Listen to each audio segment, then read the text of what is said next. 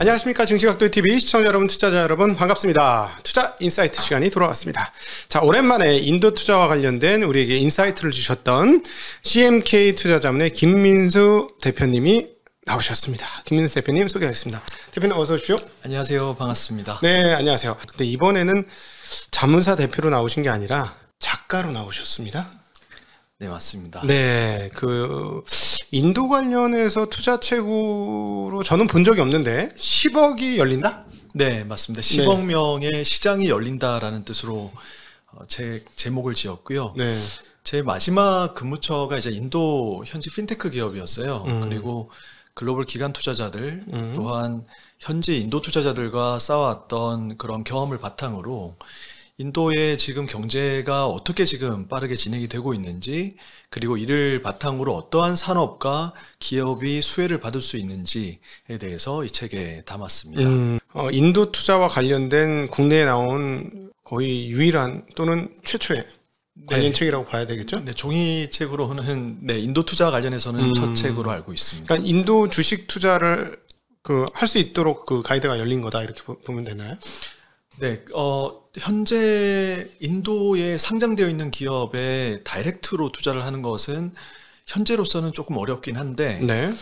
다행스럽게도 현재 미래에셋증권이 올 하반기부터 이제 국내 개인 투자자분들이 인도에 직접 투자를 하실 수 있게 그 서비스를 준비 중이라고는 밝혔습니다. 아직은 방법은 없고. 네, 현재로서는 이 ETF나 미국에 상장되어 있는, 미국이나 유럽에 상장되어 있는 DR을 통해서 직접 투자를 하실 수가 있습니다. 아, DR을 발행할 정도면 규모가 좀 돼야 되겠죠? 네, 인도에서 뭐 주요 기업들, 그래서 릴라이언스 인더스트리즈, 그리고 L&T, 인도 금융회사인 HDFC 뱅크, ICICI 뱅크, 네. 이런 뭐 타타 모터스, 우리가 알고 있는 인도의 큰 기업들이 대부분 미국이나 유럽의 이제 런던에 DR로 상장이 되어 있으니까요. 애플이나 테슬라 주식 매매하시듯이 국내 증권사 통해서 직접 거래를 하실 수가 있습니다. 지금 말씀하시는 기업 외에는 아는 기업이 없는 걸로 느껴집니다. 네. 지금 말씀하신 기업도 채 다 몰라요, 지금 웬만한 분들이. 근데 인도가 여전히 우리한테는 약간 투자로서는 좀 먼 느낌인데, 맞습니다. 서구 투자자들은 굉장히 적극적으로 투자하고 있다면서요? 네, 인도 기업에서 일을 하고 인도 투자자들, 그리고 글로벌 기관 투자자들과 이제 만나면서 제가 사실 인도 하면은 떠오르는 이미지가 인도 상점마다 꽂혀 있는 QR코드, 그게 생각이 납니다. 그래서 인도가 사실 현금 사회에서 전통적인 은행을 건너뛰고 디지털 사회로 빠르게 이동을 하고 있는 것이죠. 네. 또 한 가지 간과를 하고 있는 것이, 인도가 사실 글로벌 메이저 경제 국가들 중에서 소비와 소득의 성장이 가장 빠르다는 점입니다. 네. 그리고 저는 이러한 성장이 앞으로도 견고하게 유지가 될 수 있을 것이다 라고 전망을 했고, 그 내용들을 이 책에 담았던 것인데요. 10억이 열린다에. 네. 네. 그래서 이러한 변화를 감지한 글로벌 기관 투자자들 역시 인도에 대한 투자를 거의 퍼붓는 수준으로 증가를 시키고 있습니다. 제가 인도 변화에 대해서 좀 간단하게 수치를 먼저 한번 말씀을 보면은, 인도의 인터넷 보급률은 모디 총리가 첫 집권했었던 2014년도 약 10% 중반 수준에서 2021년도 말에는 61%까지 높아졌고요. 같은 기간 스마트폰 사용자 수도 1억 명 수준에서 5억 3천만 명, 4천만 명 수준까지 높아졌습니다. 전체 인구의 작년 말 기준으로 약 40%가 스마트폰을 사용을 하는 것이죠. 그리고 이러한 이 성장을 기반으로 인도의 디지털 산업이 본격적으로 개화를 하고 있는데요.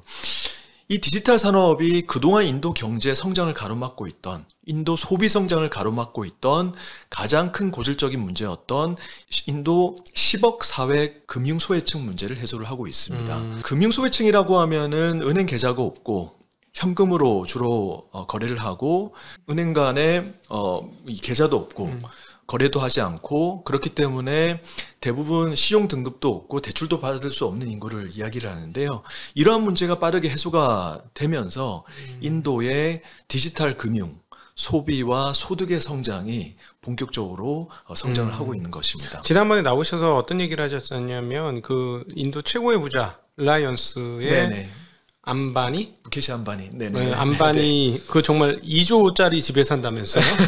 맞습니까? 네, 뭐 세계 최고 비싼 집이라고는 얘기를 하는데 그 자식 그 저기 결혼식에 무슨 뭐 빌 클린턴 뭐 우리나라의 이재용 맞습니다. 회장 등등등 해서 네. 세계 유수 사람들이 다 갔다는 바로 그 안바니요. 맞습니다. 네, 그 네. 회사가 릴라이언스가 네. 인도 국민들한테 굉장히 싼 값에 휴대폰 사용할 수 있도록 풀었다라고까지 지난번에 말씀을 하셨었거든요. 네, 맞습니다. 네. 무케시 안바니가 의장으로 있는 CEO로 있는 릴라이언스 인더스트리 정유 석유화학 기업이었죠. 이 기업이 2016년도에 인도의 4G 이동통신 서비스를 시작을 합니다. 그리고 서비스 출시한 지 6개월 만에 가입자를 1억 명을 모으고요. 이 지오가 쏘아 올린 디지털 데이터 혁명은 실로 엄청난 결과로 이어지는데요. 지오 서비스 직전에는 약 인도 전체 월간 데이터 소비량이 2억 기가바이트였는데 6개월 만에 이 전체 소비량이 5배까지 성장합니다. 10억 기가바이트까지 성장을 하고요. 6개월에? 네. 2021년 3월 기준으로는 72억 기가바이트까지 높아졌습니다. 참고로 중국이 2021년도 월 평균 데이터 소비량이 한 90억 중반 정도의 기가바이트 소비를 하고 있었는데, 그리고 이제 현재는 인도의 이 소비량은 더 높아진 것으로 알고 있고요. 두 번째는 인도의 데이터 가격이 지오 서비스 출시 전에는 4,000원에서 5,000원 수준이었는데 현재는 세계 최저 수준까지 하락을 합니다. 기가바이트당? 네, 맞습니다. 우리나라 같은 경우는 추가적으로 1기가 데이터를 산다고 하면은 약 뭐 8,000원, 만원 수준이 되는 것으로 알고 있는데요. 인도 같은 경우는 대략 어느 정도? 우리나라가 8천만 원, 세계에서 제일 싸면 1,000원? 100원입니다. 네, 100원보다 더 낮고요. 사실 한국과 인도의 인당 GDP 차이가 한 15배 정도 차이가 나는데 한국 대비해서 이 데이터 가격이 100배 이상 100분의 1 수준이라는 점을 감안하면은 실제 어느 정도 이 데이터 가격이 떨어졌는지를 알 수 있습니다. 그리고 이러한 이 변화를 기반으로 말씀드렸던 인도의 디지털 산업이 본격적으로 성장을 하고 있는 것이죠. 무케시 안바니는 이 정도쯤 되면은 상당히 존경받을까요? 나라에서? 그럴 수도 있을 것 같은데. 네, 맞습니다. 무케시 안바니의 이제 릴라이언스 인더스트리즈라는 기업은 정유 석유화학, 디지털 통신, 리테일 각 사업에서 모두 인도에서 1위 업체이고요. 뿐만 아니라 최근에는 신규 사업인 신재생 에너지 사업에도 이제 진출을 해가지고 막대한 규모로 투자를 지금 진행을 하고 있습니다. 그런 점을 감안하면은 사실 릴라이언스 인더스트리즈가 존경을 받을 수 있는, 존경을 받는 그런 기업이라고 볼 수가 있죠. 네, 릴라이언스 인더스트리즈의 이 사업 부분을 좀 설명을 드리면은, 릴라이언스 인더스트리즈는 정유 석유화학, 디지털 통신, 리테일 사업 이렇게 세 개 사업 부분을 가지고 있습니다. 정유 석유화학 사업 부분은 원유 가스부터 석유 사업 부분까지 다 커버를 하고 있고요. 특히 정유 사업 부분에서는 세계 최대 수준의 생산 능력을 보유를 하고 있는데요. 1999년도에 구자라트주 잠나가르에 정유 시설을 가동을 했고 그 이후에 생산 캐파를 늘려가지고 현재는 일 124만 배럴 수준의 세계 최대 정유 캐파를 보유를 하게 되었습니다. 그리고 이를 계기로 인도가 디젤, 가솔린 등의 정유 제품 순수입국에서 순수출국으로 변모를 할 수 있는 계기가 되었고요. 릴라이언스 인더스트리즈 같은 경우는 전체 에비타에서 이 정유 석유화학 사업 부분이 차지했던 비중이 2017년도에 약 90% 수준에서 2021년도에는 50% 수준까지 떨어졌어요. 왜냐하면 기타 사업 부분인 디지털 통신과 리테일 사업 부분이 워낙 빠르게 성장을 하고 있기 때문에 그래서 이 디지털 통신 사업 부분은 릴라이언스 인더스트리즈의 자회사인 지오 플랫폼이 담당을 하고 있고요. 지오 플랫폼의 또 자회사인 릴라이언스 지오 인포콤이 2016년도 9월 달에 4G 모바일 브로드밴드 서비스를 시작을 하면서 본격적인 성장을 시작을 했고요. 그리고 현재 가입자가 4억 명이 넘는 인도 최대 이동통신 서비스 업자로 지금 성장을 했습니다. 이 지오의 실적을 보면은 2018년도 6조 매출 6조에서 2021년도에는 12조까지 100% 성장을 했는데요. 에비타는 같은 기간 동안 150%나 성장을 했고요. 다만 이 에비타 마진이 2021년도 에비타 마진이 약 50%나 됩니다.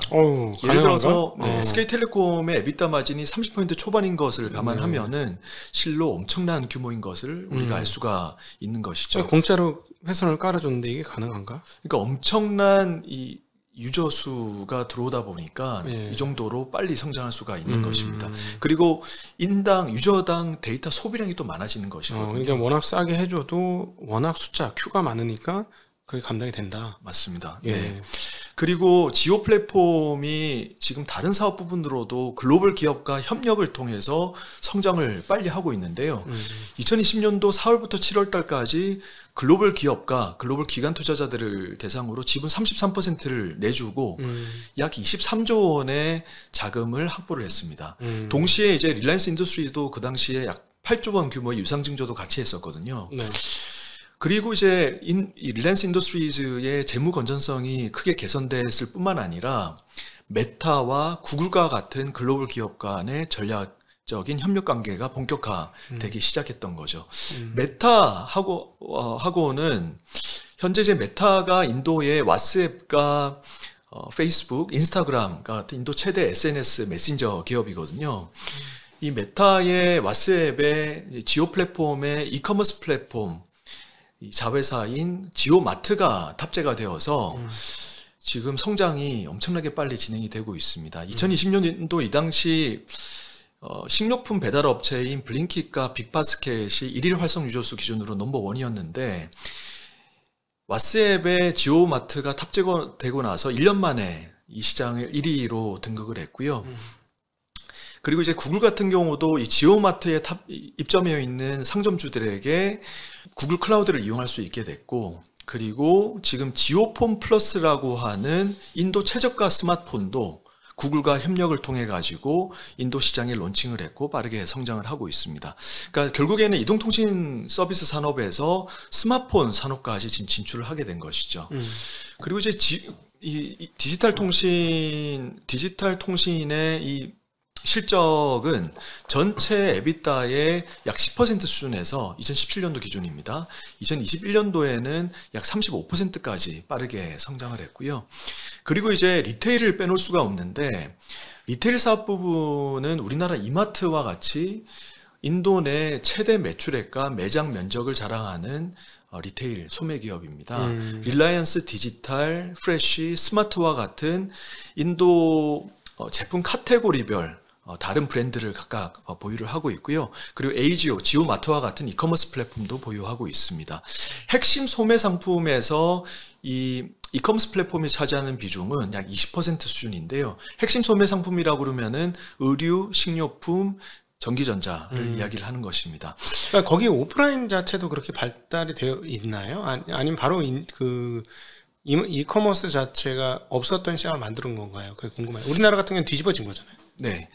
인도에서 이 리테일 시장은 사실 엄청 크다고 볼 수가 있죠. 엄청 크고, 그리고 이제 이커머스 시장이 들어오면서 이 성장을 더 디지털 사회로 전환이 되면서 소비의 성장이 일어나고 전체 리테일 시장이 더 빨리 성장했습니다. 그러니까 우리는 이커머스가 오프라인을 뺏어먹는 개념이잖아요. 쿠팡 나오면서 소위 말하는 이마트라든가 뭐 홈플러스라든가 이런 것도 굉장히 어려워졌는데 그 인도 같은 경우는 기존에 뭐 예를 들어 홈플러스, 이마트 같은 게 있었다면 그게 줄어드는 게 아니라 그냥 시장 전체가 커졌다. 네, 이게 되게 사실 중요한 말씀인데요. 인도에서 디지털 사회로 전환이 빠르게 진행이 되면서 제가 좀 전에 말씀드렸었던 가장 그동안 소비 성장을 가로막고 있었던 10억 금융 소외축 문제가 해소가 되면서 소비 규모가 커지게 된 겁니다. 그러면서 전체 리테일 시장 전체도 성장을 했고요. 그리고 이커머스 시장도 지금 동시에 성장을 하고 있는 것이죠. 근데 이제 재밌는 것은 이 릴라이언스 리테일, 인도에서 1위 리테일 기업이거든요. 매출액이 지난 6년 동안 6배 성장했어요.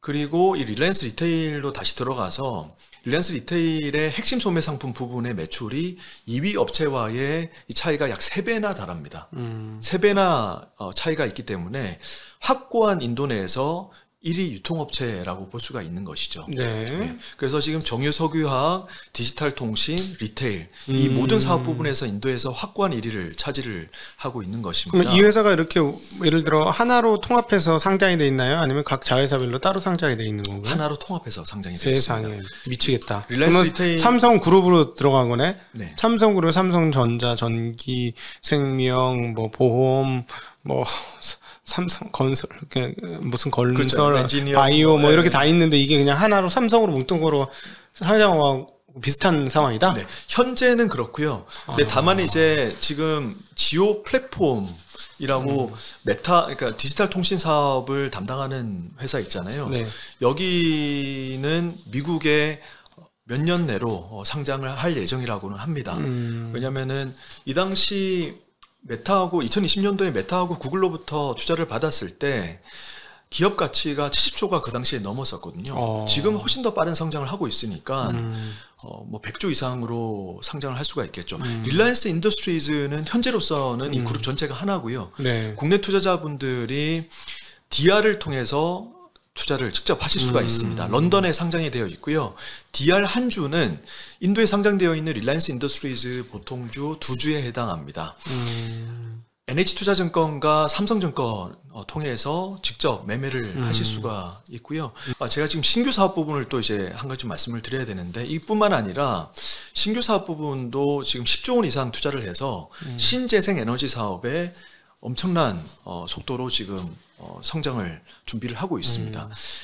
2030년도까지 약 100기가와트 전력을 신재생 에너지를 통해서 생산을 하려고 하고 있고요.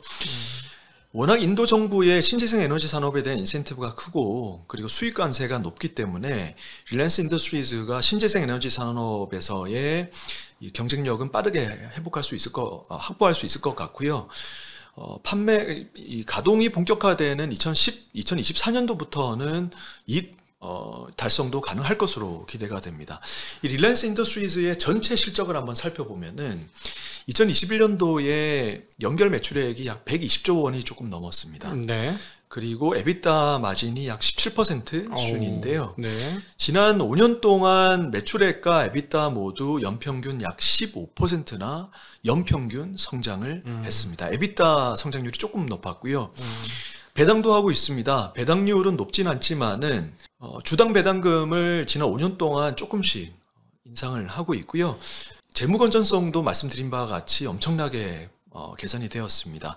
2020년 3월 말 기준으로 순차입금 비율이 자본 총계 대비해서 순차입금이죠. 순차입금 비율이 36%에서 2022년 3월 말 기준으로 4.5%까지 낮아졌습니다. 네. 그래서 이런 점을 감안하면은 국내 개인 투자자들, 기관 투자자들 모두 주목해야 될 기업이라고 보여집니다. 네. 사실 이제 릴라이언스 인더스트리즈가 이와 같이 인도 내에서 쏘아 올린 디지털 데이터 혁명, 이게 사실 모든 것을 바꿨다라고 지금 볼 수가 있는 것이죠. 네. 아니 그러면은 이 회사가 딱 보니까 한국의 삼성전자처럼 인도에서는 제일 큰 회사겠네요. 네. 지금 다른 회사는 그럼 넘사벽인가요? 이 회사하고 차이가 많이 나나요? 우리나라 삼성처럼? 그 2위 시가총액을 차지하고 있는 기업이 IT 서비스 기업, 타타의 컨설턴시 서비스라고 IT 기업도 있고요. 그 다음에 HDFC 뱅크, ICICI 뱅크 이런 기업들도 있고요. 이런 기업들이 뭐 타타 IT 컨설턴시 서비스 빼고는 거의 대부분의 상위 기업들이 이제 DR이 상장이 되어 있고 또 DR에 투자를 못 하신다 하더라도 ETF를 통해서 투자를 하실 수가 있습니다. 네. 그러니까 ETF는 사실 그 여러 라지캡, 스몰캡 그리고 여러 섹터별로 투자할 수 있는 ETF가 미국에 13종류가 인도 투자 ETF가 있고요. 국내에도 2가지 종류가 ETF가 있어요. 네. 그 니프티 50 ETF하고 레버리지 상품이 있는데 국내 상장되어 있는 니프티 50 ETF라고 하는 것은 인도 증권거래소 NSE, 내셔널 스톡 익스체인지에 상장되어 있는 기업들 중 상위 50개 기업을 추종하는 그 지수를 투자하는 ETF고요. 그리고 이제 또 한 가지는 이제 그 레버리지입니다. 미국에 상장되어 있는 ETF 중에서 운용자산 기준으로 가장 큰 ETF는 인다라고 INDA라고 하는 ETF인데요. 이 ETF는 블랙락이 운영하고 있는 ETF고요. 주로 인도 라지캡에 투자를 하고 있습니다. 여기에 필적할 만한 ETF를 꼽자면은 플린이라고 있고요. FLIN. 플린은 프랭클린 템플턴이라고 하는 글로벌 기관 투자자가 이 운영을 하고 있고요. 라지캡과 미들캡까지 투자를 하고 있습니다. 플린의 이 운용 자산 규모는 인다 대비해서는 크게 작습니다. 왜냐하면 2018년도에 상장된 지 지금 4년 정도밖에 되질 않았기 때문에 운용 자산은 인다 대비해서는 좀 낮은 수준이나 사실 운용 수익률을 보면은 인다와 비슷했거나 아니면 기간별로 오히려 더 높았던 기간들도 있었습니다. 또 한 가지 또 소개해드리고 싶은 인도 ETF라고 하면은 스몰캡에 투자하고 있는 스민이라고 하는 ETF고요. 블랙락이 운영하고 있는 ETF입니다. 이 ETF는 인도 스몰캡 약 300개가 넘는 ETF에 투자하고 있는 ETF인데요. 이 ETF의 포트폴리오 중에서 가장 높은 비중을 차지하고 있는 기업이 바로 볼타스라고 하는 인도 에어컨 기업입니다. 네. 팔릴 것 같아. 네, 요즘같이 더우면은 집집만 하나씩 놔야 되니까. 네. 그러니까 왜 이 스몰캡 인도 투자하는 가장 큰 스몰캡 ETF가 볼타스를 가장 높은 포트폴리오를 가지고 있냐? 이거를 또 주목을 해야 됩니다. 네. 중국의 뭐 전기차 회사나 뭐 글로벌 배터리 회사에 투자하지 않고 왜 인도에 투자를 해야 되느냐라고 질문을 하시면은 사실 인도에 투자를 할 만한 섹터가 있는 것입니다. 말씀드렸다시피 인도는 지금 소비와 소득의 성장이 세계 주요 경제 국가들 중에서 가장 빠르게 성장을 하고 있고 네. 그리고 인도의 내구 소비재의 보급률이 아직까지 100%에 미치지 못합니다. 그러니까 예를 들자면 저개발 국가인 거죠? 아직까지는 그런 것이죠. 그래서 이 수치를 중국과 비교를 해보면 아주 재밌습니다. 중국의 2000년도의 모습을 보여주고 있는데요. 2000년도에 중국의 예를 들어서 백색가전을 한번 보겠습니다. 백색가전 산업의 보급률이 2003년도부터 연평균 15%씩 그 수요가 성장을 해서 도시지역 백색가전 보급률이 100%에 도달했었던 2010년도에까지 성장을 했고요. 그 이후에는 보급률이 100%에 달한 이후에는 성장률이 꺾이기 시작했는데요. 그리고 중국의 이 당시 인당 GDP가 1,300불에서 4,600불까지 성장했던 시기였습니다. 인도가 현재 이 초입 구간에 있다라고 보여지는 것이죠. 그리고 백색가전 중에서 가장 성장이 견고하게 유지가 되었던 것이 바로 에어컨입니다. 더운 나라죠? 그렇죠. 인도는 어떻습니까? 인도가 날씨가 지역마다 다른데 북쪽으로 올라가면은 사실 사계절이 다 있고 또 오히려 또 히말라야 근처도 있지 않습니까? 거기 또 춥기도 하고요. 남쪽으로 내려가면은 당연히 이제 좀 더워지는데 다만 이제 에어컨 수요는 중국에서도 아주 견고하게 유지가 되었는데요. 이게 아무래도 한계 이상의 수요가 발생하고 교체 주기가 짧기 때문이에요. 인도의 에어컨 시장에서 가장 높은 점유율을 차지하고 있는 기업이 바로 볼타스입니다. 볼타스의 최대 주주가 타타 그룹의 홀딩 회사인 타타 선즈입니다. 네네. 그래서 이런 이 스몰캡 ETF가 이 백색가전 내구 소비재 산업을 주목을 하고 있는 것이고요. 이 부분에 조금 이어서 말씀을 드려야 될 부분이 있는 게 우리가 인도의 내구 소비재 산업을 주목해야 된다라고 저는 말씀을 드리고 있고 점점 이제 소비와 소득이 성장할수록 소비 규모가 커지는 거잖아요. 네. 이게 글로벌 기관 투자자들도 똑같이 주목을 하고 있는 것으로 보여집니다. 인도의 2020년도의 외국인 직접 투자 FDI 규모를 보면은 전 세계 국가들 중에서 유일하게 전년 대비해서 두 자릿수로 성장을 했습니다. 네. 사실 2020년도 코로나 팬데믹이 시작이 되었었기 때문에 이 당시 글로벌 외국인 직접 투자 전체 규모는 오히려 42%나 빠졌었는데요. 인도하고 중국만이 유일하게 성장을 했었죠. 이 중에서 인도가 이 성장률이 가장 높았었는데요.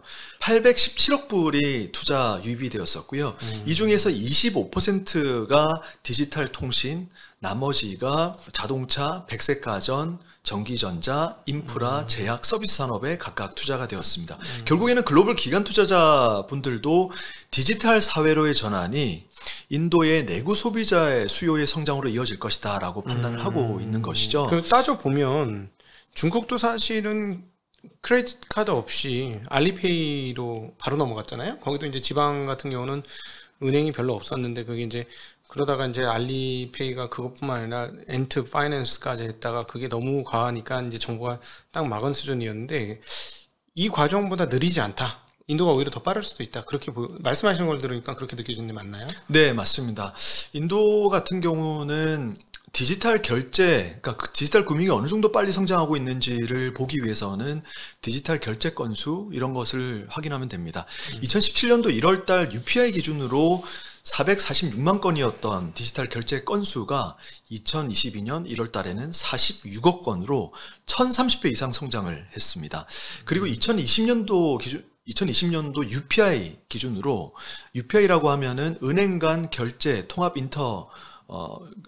은행 간 다시 할게요.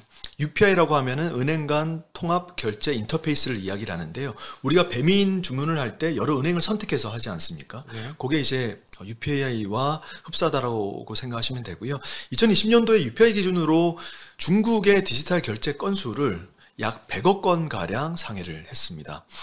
또한 인도에 신용 등급이 없는 인구수가 워낙 많았다라고 말씀드렸잖아요. 계좌도 없고 신용 등급도 없고 규모 있는 소비가 발생하기가 어려웠다라고 말씀을 드렸는데 이러한 인도 경제 성장을 가로막고 있던 10억 금융 소외층 문제가 디지털 산업의 성장, 바로 핀테크의 성장으로 빠르게 해소가 되고 있습니다.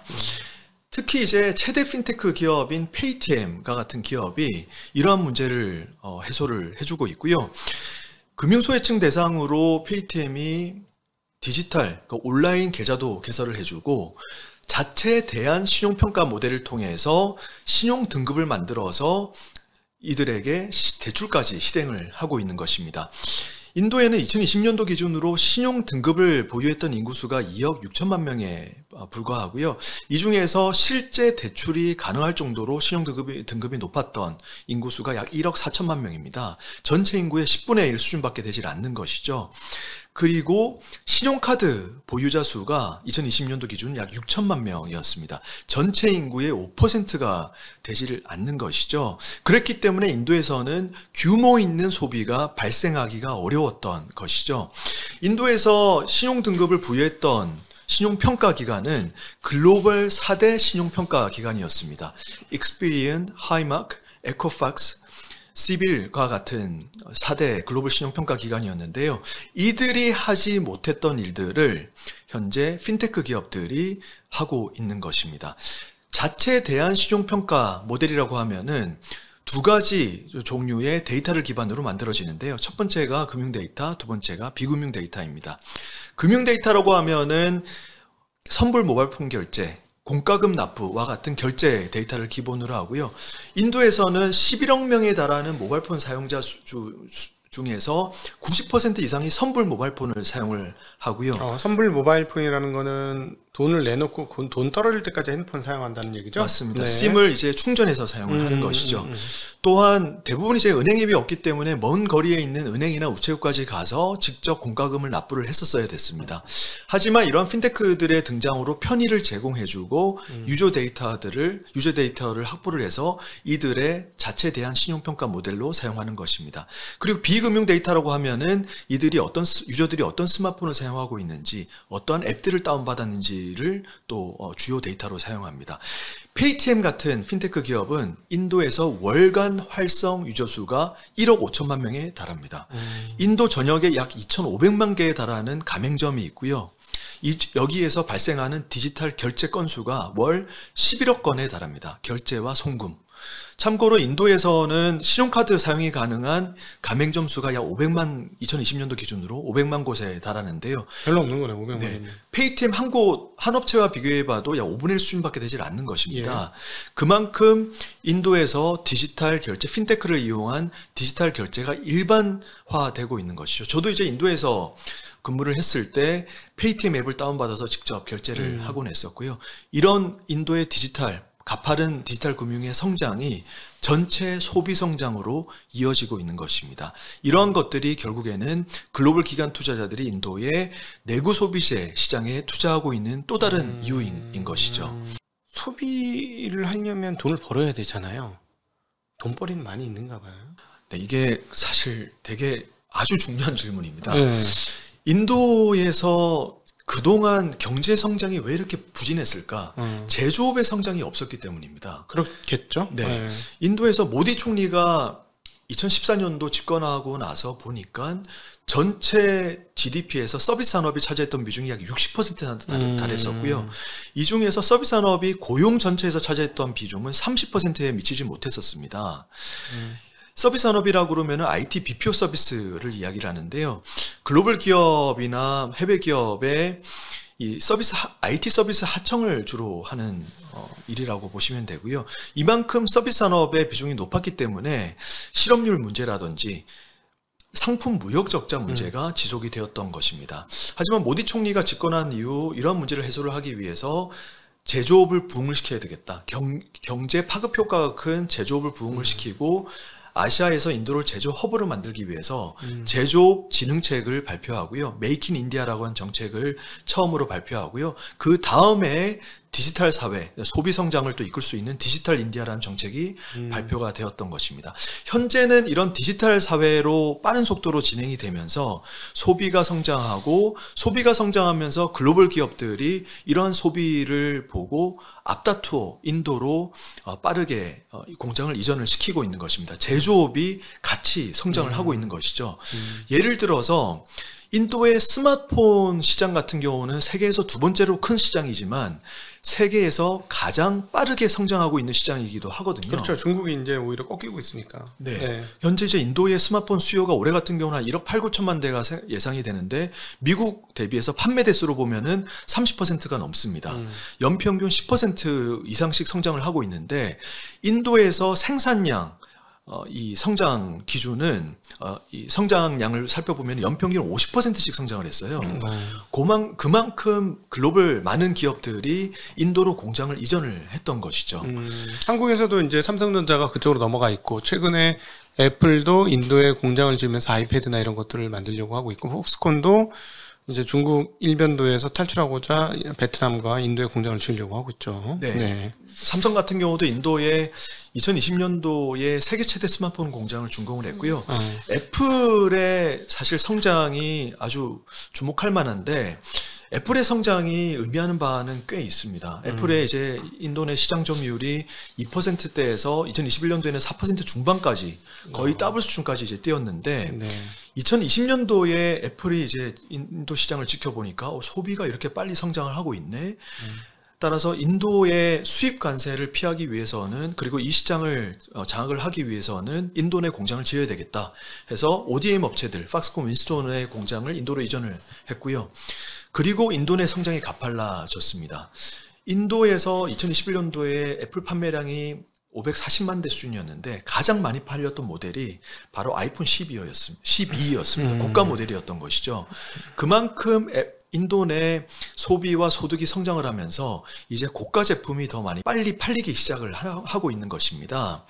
그리고 이제 애플 같은 경우는 올해 상반기 때 아이폰 13도 이제 인도 내에서 직접 생산을 하고 있고 올 하반기나 내년 상반기 때는 애플 스토어도 오픈이 예정되어 있기 때문에 애플의 인도 내 성장도 가팔라질 것으로 예상이 되고요. 이 인도 전체 스마트폰 판매 가격 ASP를 보면은 20% 이상 성장을 했습니다. 2021년도하고 ASP가 네. 원래 보통 한 10만 원짜리 쓰잖아요. 맞습니다. 인도 사람들 네. 주로 10만 원 중반 수준이었는데 현재는 20만 원 중반. 2021년도 이거 평균 가격입니다. 아마 2022년도는 더 빨리 성장을 했을 것으로 보여지고요.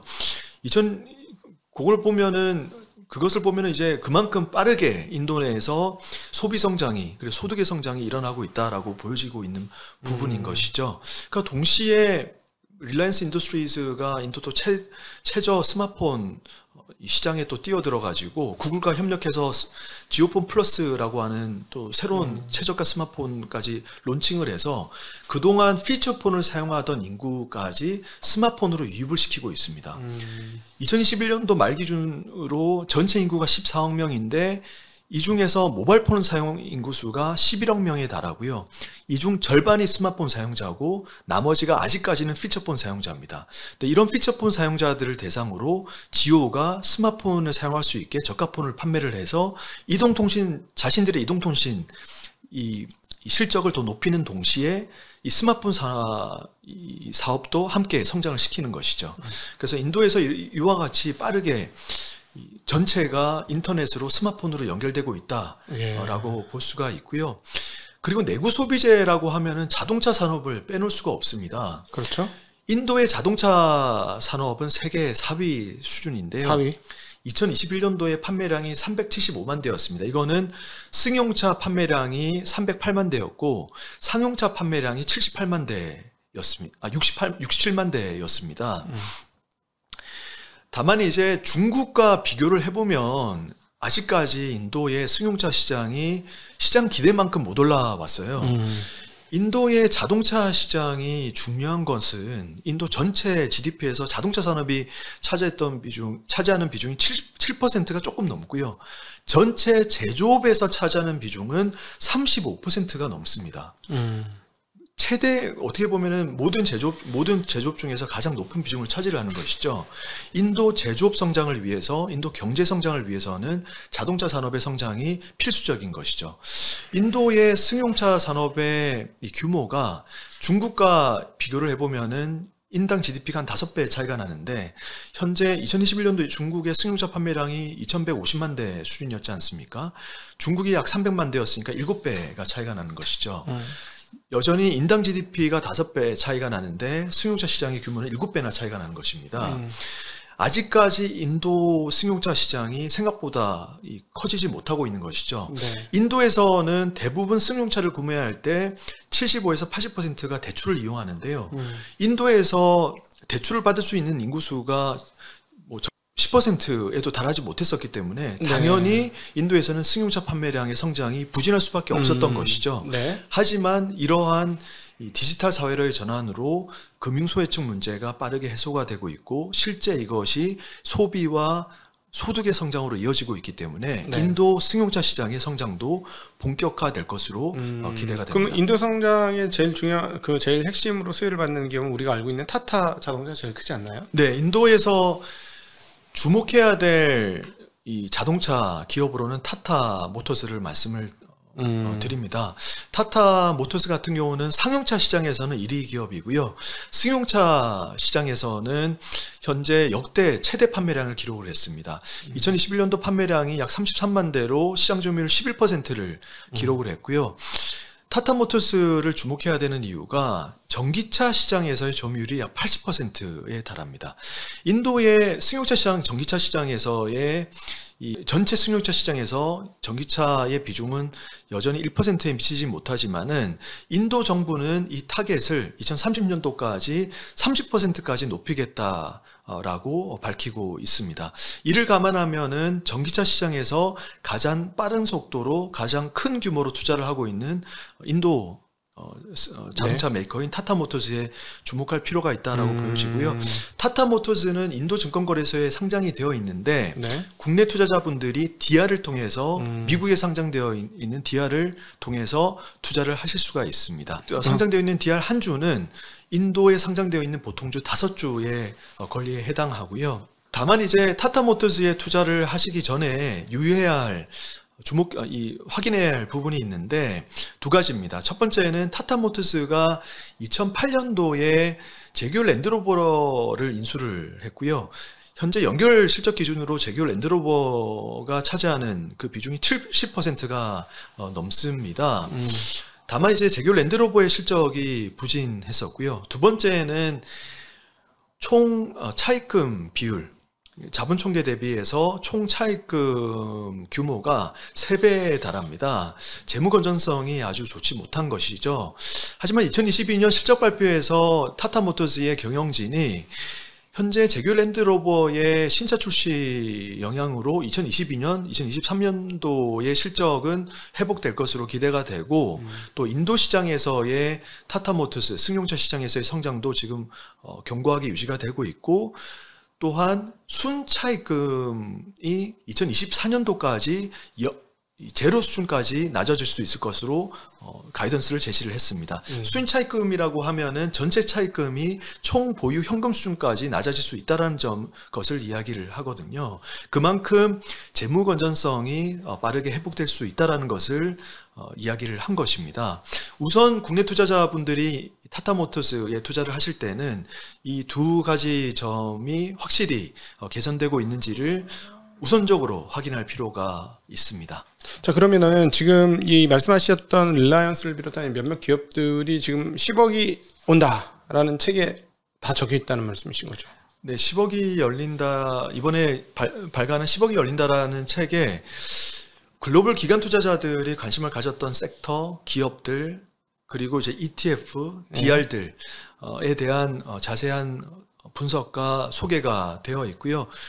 국내 투자자분들이 인도 투자를 하는데 참고가 되실 수 있을 겁니다. 네. 책에는 오늘 소개해 준 거 외에도 뭐 다른 여러 기업들이 들어있나요? 네, 맞습니다. 인도의 금융산업을 대표하는 HDFC 뱅크에 대한 소개도 들어가 있고요. 그리고 런던에 상장되어 있는 인도 최대 건설 엔지니어링 기업인 L&T, 라센 앤 터브로, 인도에서 가장 강력한 주주환원 정책을 펼치고 있는 IT 서비스 기업인 인포시스, 인도 2대 IT 서비스 기업이고요. 3대 기업인 와이프로도 있습니다. 네, 기타 또 기업과 ETF도 소개를 했으니까요. 참고하실 수 있을 것 같습니다. 이번에 올해 들어와서 6월 달까지 시장 빠질 때 얘네들은 덜 빠졌어요? 그러면? 덜 빠진 것으로 알고 있습니다. 네. 여러분, 저희는 매수매도 추천을 하지 않습니다만은, 만약에 덜 빠졌으면 고민 좀 하셨다가, 이거 듣고, 막 땡겨 이래도, 우리는 항상 밸류에이션이 싼 주식을 해야 된다라는 거, 잊지 마시기를 다시 한번 부탁드립니다. 그러니까 성장해서 좋을 것 같기는 한데, 뭐 보니까 몇몇 기업들은, 야, 잘하면 좋겠다 했는데, 이게 주가가 높으면 꽝인 거죠. 그렇죠. 네, 맞습니다. 네, 근데 어쨌든, 인도인들은 주식 투자 많이 하나요? 아직까지는 주식까지도 안 되겠죠. 이제 막 결제 서비스가 되고 이러는데 돈 여유가 있어서 막 일반 대중들이 투자하거나 이러진 않겠네요. 쉽게 이제 많이들 투자하진 않고요. 네. 다만 이제 경제 관련해서는 디레귤레이션 부분에서는 사실 중국보다 어떻게 보면은 더 적극적으로 외국인들의 투자 유치를 위해서 여러 가지 인센티브도 제공하고 있고, 현재 그런 정책을 펼치고 있습니다. 이런 걸 통해서 사실 글로벌 기업들이 들어올 수 있는 미끼가 될 수 있게 해야 되는 것이죠. 네, 알겠습니다. 자, 이제 우리 오셔서 가끔씩 이제 인도 이야기를 해주셨는데, 과거에 이제 오셔서 얘기해 주실 때마다 참 인도 시장이 좋았어요. 근데 오히려 또 지금 이렇게 조금 한숨 고른 상태에서 오셨는데, 끝으로 이제 인도에 대해서 관심 있는 투자자분이나 시청자분들에게 또 당부하고 싶으신 얘기나 하고 싶으신 얘기 좀 해주시면 좋겠네요. 제가 인도 한 국가에만 집중해라, 집중 투자해라 라는 말씀은 아닙니다. 다만 이제 인도에 대해서 저희가 모르는 부분이 워낙 많았고, 인도가 지금 글로벌 기관 투자자들이 가장 주목하고 있는 국가이자 또 산업, 기업들이 또 있기 때문에 이런 부분들은 우리도 이 기회를 놓치지 말자라고 이제 말씀을 드린 거고요. 그리고 그 중에서 인도의 디지털 산업과 인도의 내구 소비재 산업들에 주목할 필요가 있다라고 말씀을 드린 것입니다. 어쨌든 이거에 대해서 조금 더 깊이 있고 자세하게 알고 싶다면 우리 김민수 대표가 이번에 처음으로 첫 책이시죠? 네, 맞습니다. 인생 첫 책. 네, 지으신 네, 10억이 열린다. 10억이 열린다. 네, 이 책을 읽으시면은 도움이 되실 것 같습니다. 네, 오늘 좀 이렇게 저희가 워낙 잘 모르는 나라인데 참 인도는 가깝고도 정말로 먼 나라 같아요. 표피적이고 먼 얘기로 알고 있지, 인도가 사실 거리가 좀 있다 보니까 인도 여행 갔다 온 사람도 생각보다 그렇게 많지는 않고, 그다음에 네. 아마 여행 인프라도 완벽하게 갖춰져 있지 않아서 사람들이 조금 꺼려하고 그러다 보니까 좀 먼 나라로 있는 것 같은데, 이렇게 나오셔가지고 인도에 대해서 설명을 해주셔서 참으로 여러 부분 감사하게 생각됩니다.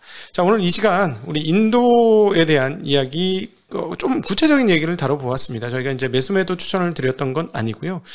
인도도 있다. 그리고 인도가 지금 외국인들이 전 세계에서 가장 많이 직접 투자를 시행하는 국가가 인도이고, 그 다음에 가장 빠르게 디지털라이제이션이라고 표현해야 됩니까? 디지털 트랜스포메이션 뭐 이렇게 표현할 수 있는 그 디지털 변환이 가장 빠르게 이루어지고 있는 국가가 인도이다라는 점. 그리고 저개발 국가에서 뭐 최근에 모디 총리가 2030년인가 40년인가요? 자기네 선진국 되겠다고 얘기를 했는데 굉장히 빠르게 변신하려고 노력하는 국가 중에 하나였기 때문에 한번 살펴보는 그런 시간으로 가져보았습니다. 오늘 긴 시간 함께 해주신 우리 시청자분들께 감사드리고, 또 우리 김민수 대표님 좋은 소개해 주셔서 또 감사드립니다. 같이 인사드리겠습니다. 고맙습니다.